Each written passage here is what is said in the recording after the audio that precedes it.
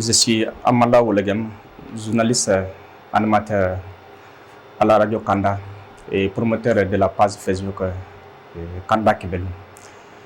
Je suis le récipiendaire du prix des meilleurs fact-checkers de la région.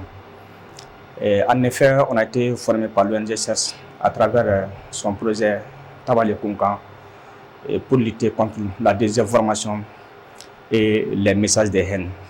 C'est suite à cette formation que nous avons commencé à produire des articles pour démasquer les mauvaises informations et contrer les messages de haine afin de cultiver la paix et la cohésion sociale.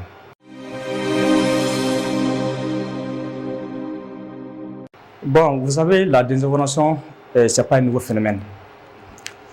Mais aujourd'hui, principalement, ça se passe presque sur les réseaux sociaux. Et nous avons des abonnés et nous avons aussi des auditeurs qui demandent à être vraiment informés. Maintenant, alors, quand je reçois une information, avant de la partager, quand même, je prends soin de vérifier si cette information est fondée ou si cette information est d'une source officielle.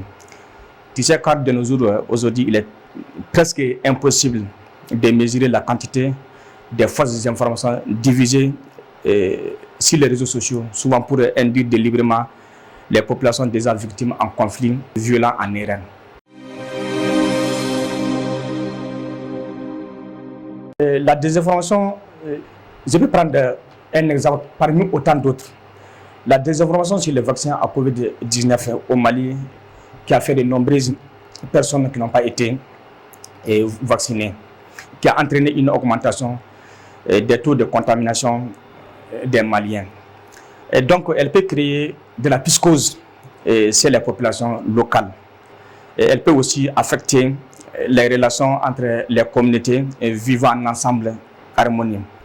Et même souvent, voire discréditer les acteurs humanitaires des différentes organisations présentes au Mali.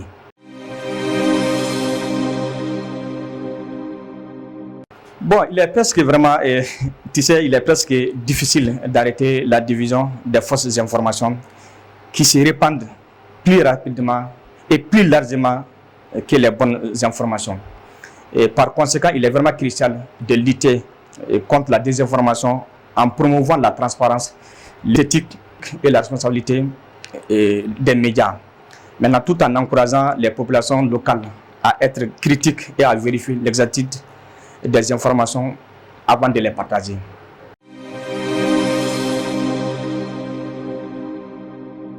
Maintenant, bon, quand même, il existe des techniques aujourd'hui qui peuvent nous aider à contrer une fausse information et même voir minimiser son impact négatif sur nos proches de façon générale et sur nos communautés aussi.